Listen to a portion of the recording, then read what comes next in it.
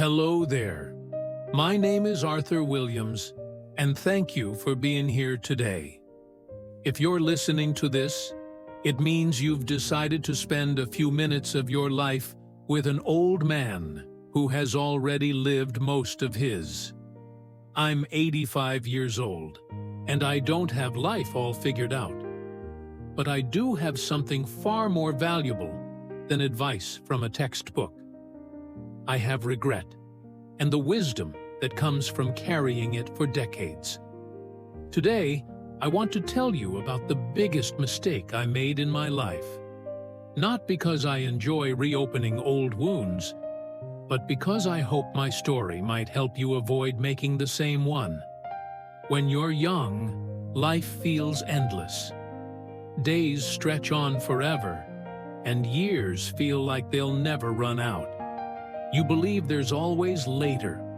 Later to fix things, later to say sorry, later to love harder, later to slow down. I believed that too. I grew up in a time when success meant one thing: work harder than everyone else. I chased achievement, stability, and recognition like my life depended on it.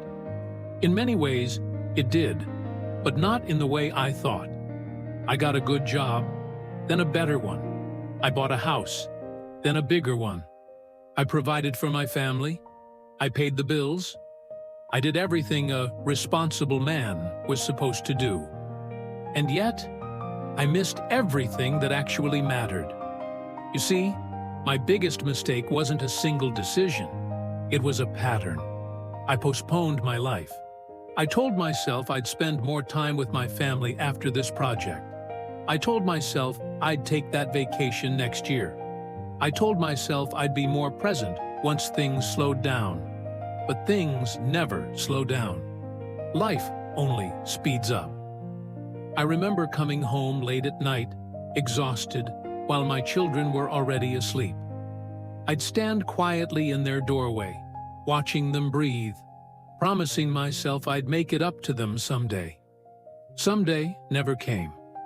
They grew up while I was busy building a future for them, a future they would have gladly traded for more time with their father.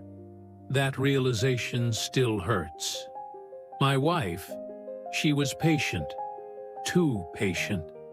She carried the emotional weight of our home while I carried my briefcase and my excuses. She wanted conversations. I gave her silence. She wanted connection.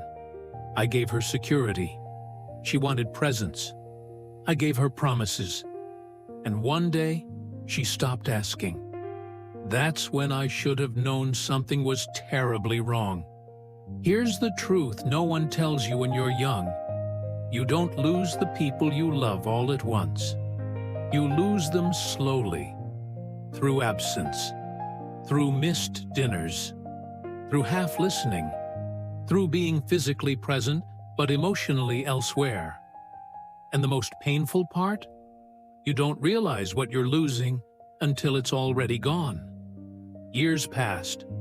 My children moved out. My career peaked. I finally had time. But by then, the house was quiet. Too quiet. The laughter was gone. The chaos was gone. And the life I thought I was working toward had already happened without me. I want you to understand something very clearly. Success will never sit next to your hospital bed. Your job will not hold your hand when you're afraid. Your achievements will not comfort you at night. People will. Only people.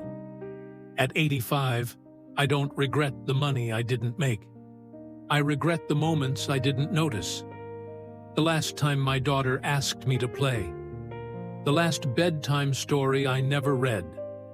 The last conversation my wife wanted before she grew tired of waiting.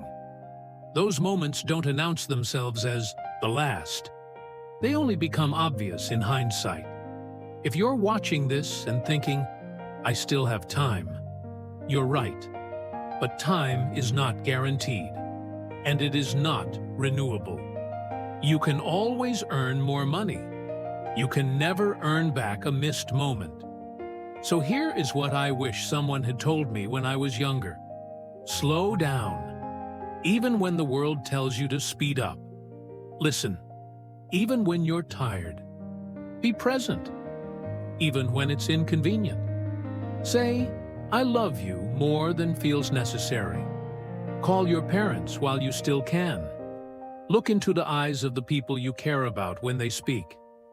One day, you'll wish you could do those things just once more.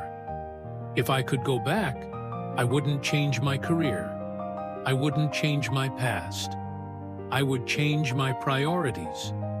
Because at the end of life, you don't count accomplishments. You count connections. If this message resonated with you, if it made you pause, even for a moment, please don't ignore that feeling. Let it guide you. And before you go, I'd like to ask you something. If this story meant something to you, please like this video. It helps this message reach others who might need to hear it. Share it with someone you care about. Leave a comment. I'd love to know what part spoke to you the most. And subscribe to this channel for more stories, reflections, and lessons from a life fully lived and sometimes deeply regretted. Thank you for listening. This is Arthur Williams, and I hope you don't wait as long as I did.